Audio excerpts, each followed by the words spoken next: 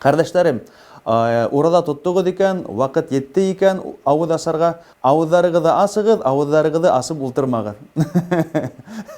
Ассаламу алейкум ва рахматуллахи ва баракату. Бүгенге тема ул ифтар. Безнең телдә ул авыз асу дип атала. Ул без урада тоткандан һуң кич көне кояш байыгас авыз асарга тиешбез, ашай башларга тиешбез. Аллаһ Тәгалә хадисул кудсиһендә әйтеп калдыра: "Ахаббу ибади иlayya а'җалуһум фитран." Аллаһ Тәгалә әйтә: "Мин ифтар менән, авыз асу менән ашыккан кулдарымды бөтәһеннән дә ныграк яратам" ди.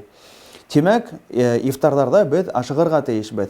Безгә Пәйгамбәребез хадисендә әйтә: "Ида афтара ахадукум фальяфтур аля тамрин фа иннаху барака." Әгәр дә һез ифтар кылырга теләйсегез икән, беренчедән финикты ашагыз ди.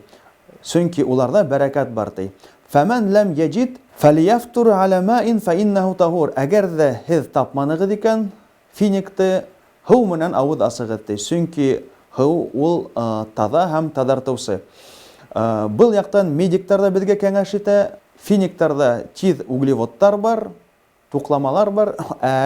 Һыу инде безнең эске процессларны тизәйтеп җибәрә. Шуның өчен был әйберләр менән ифтар итәргә кәңәш ителгән. Ифтардан һуң без дуга кылырга тиешбез. Дуганың тексты киләһисе: "Аллаһумма лака сумту ва бика аманту ва алейка таваккалту ва аля ризқика афтарту фагфир ли я гаффару ма каддамту ва ма аххарту."